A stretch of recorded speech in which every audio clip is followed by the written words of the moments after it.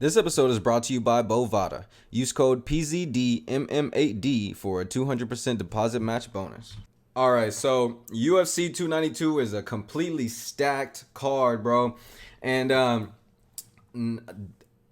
most people don't watch the early prelims and the prelims, but let me tell you why you gotta watch it this time. So here we go. So you can see my picks, right?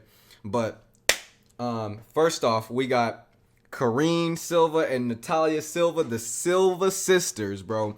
First of all, you don't want to bet against Brazil, right? And this is not the first set of brothers or sisters, right? This is not the first set of siblings that we've seen dominating in the UFC that are also Brazilian, right? We got the Bonfim brothers, right? And now we got the Silva Sisters. So the question is, can the Silva Sisters both deliver on the same card on the same night, just like they've been crushing it so far? I think Karine is on a 7-win streak, and Natalia is on a 9-fight win streak. Okay, she's like 5'4", and she's even scarier than her sister. Okay. And the cool thing is, like, they train together, so I would be surprised to see if they both don't take it. So they're both favored to win, right? And we don't gotta bet on it all, and we want to bet with good odds, but you also have to have like a high expected value, right? So we're gonna skip some of these. But Chris Weidman right here. Now, this guy hasn't been in the octagon for 2 at least years because he broke his leg, right? And he said he feels disrespected. Okay? Former champion feels disrespected because he's not even on the main card. Okay? He said, man, put me on pay-per-view. And he's going to use that as motivation, and on top of that, the fact that he's an underdog as motivation, and I think he's gonna come out with a vengeance. I really think he's gonna come out with a vengeance. Let's look at. Yeah, they're both okay. They're both coming off losses. Next up, we got Marlon Vera and Pedro Munhoz. I don't know. This is tough because you don't want to bet against Brazil.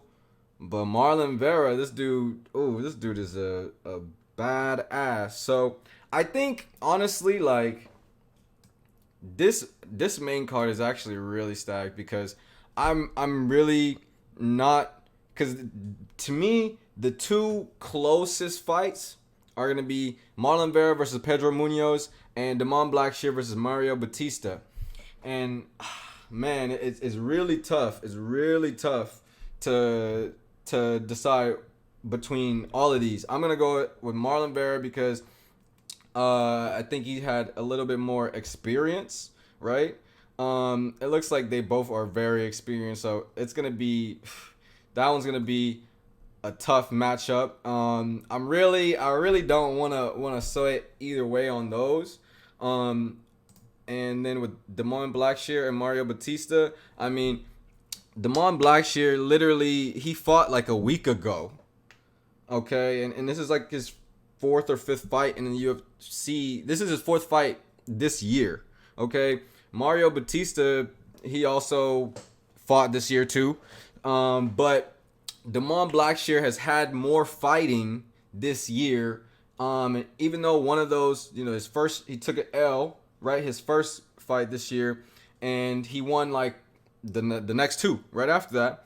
And so I think, you know what, I'm gonna go ahead and say Blackshear takes this one because he's had more experience this year. You know what I mean? More frequency in the cage fights, and I think that's going to serve him very well. The other thing I will say about the Marlon Vera fight is, it's interesting how Sean O'Malley said that he's gonna give Marlon Vera a rematch if he wins. Like, this doesn't make any sense to me because, like, Sean O'Malley hasn't even fought that many heavyweights. He hasn't fought that many people that are high ranked. Like, bro, let's look at him real quick. Sean O'Malley.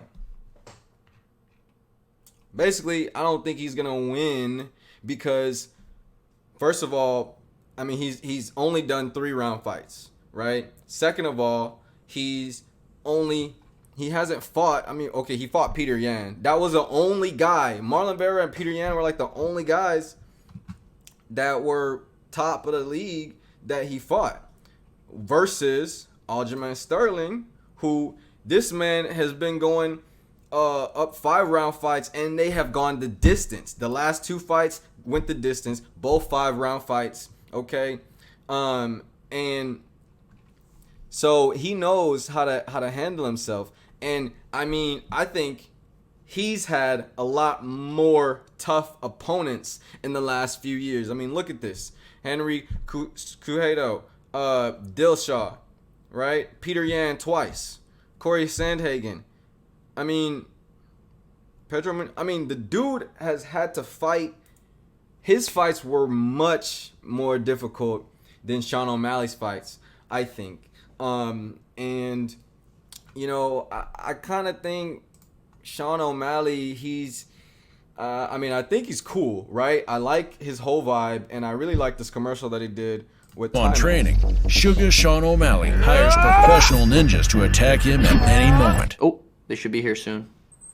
But behind you.